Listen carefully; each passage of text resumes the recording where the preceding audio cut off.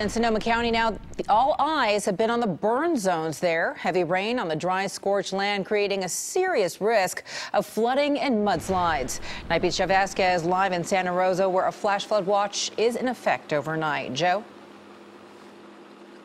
It has been a moderate rainfall all day, ever since early this morning here, Veronica. But just within the last half hour, it has really intensified. And that has some of the officials out here in Santa Rosa concerned, especially here in the areas that have been scarred by those October wildfires. Santa Rosa's burn zone has been getting soaked all day. And that has homeowners who are desperately trying to recover worried once again. It's a big concern for us because, we've heard about sinkholes and everything, and we're getting quite a bit of rain, and there's just not a lot of safety out there to kind of prevent it. The wildfires that burned down thousands of homes 3 months ago also destroyed much of the vegetation, especially in the Fountain Grove area. So we don't have the grasses, the brush is dying off, the trees, a lot of kill out there. That's what keeps the ground stable. Unstable ground can lead to problems like this. Today, a hillside gave way along River Road in Guerneville, 18 miles to the west. The rock slide was quickly cleared away. Nothing like that yet here in Santa Rosa, but officials are preparing for the worst. We had no reason to evacuate at this point in time, but we definitely had the plans in place and the resources in the event that it was required. Santa Rosa officials have alerted residents to take preventative measures. They've put up 30 signs around town and mailed out 3,000 notices to homeowners about high-risk areas.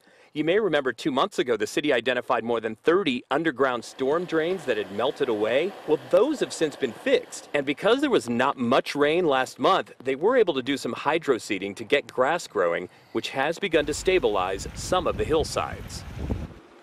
City crews are stationed throughout the area, especially the Fountain Grove neighborhood here, Veronica. They're ready for anything, but so far, no problems to report. All right, some good news there, Joe. We appreciate it. Thank you. Our team coverage continues tonight with Betty Yu, who's off Highway 17 right now in the Santa Cruz Mountains. Betty, what can you tell us?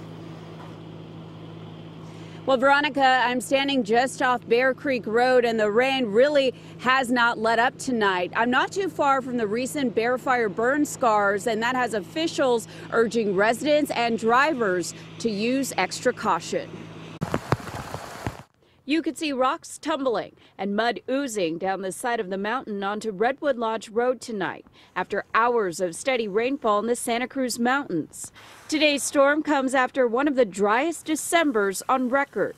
We encourage people to always be ready to pack a bag, be aware that they may have to leave in a moment's notice or that they might not be able to get home due to road closures. Tonight, Lexington Reservoir near Los Gatos reached 27% capacity.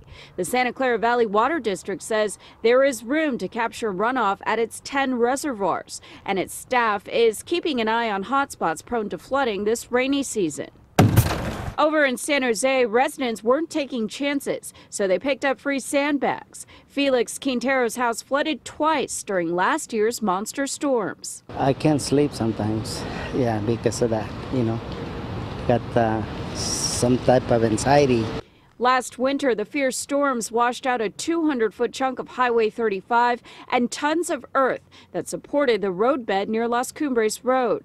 Today, Caltrans announced that it will reopen this section tomorrow morning. The $10 million project, which involved building 3 retaining walls, was considered an emergency repair. Time-lapse video documented the work over the last 10 months. A nearby section of Highway 35 that was also damaged in last winter's storm will reopen tomorrow morning as well. On the Night Beat, I'm Betty Yu. In downtown San Francisco tonight, a tree came down on a Muni bus. This happened on Sansom Street near Pacific. The number 12 bus was blocked until firefighters were able to remove the tree. And those smashed cars you see right there, that is the end of a nasty chain reaction crash on 580 in Oakland.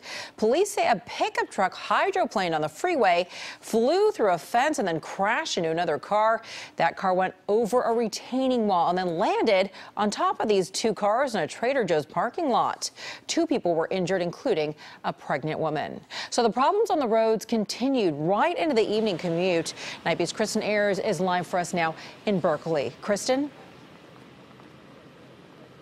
Yeah, Veronica, the rain has been near constant out here in the East Bay. You can see it coming straight down out here tonight. It made for a messy commute, and tonight we're seeing some damage from high winds as well. In Berkeley tonight, stormy weather brought a tree crashing down on Tunnel Road. No one was hurt, but the Forest Service had to be called.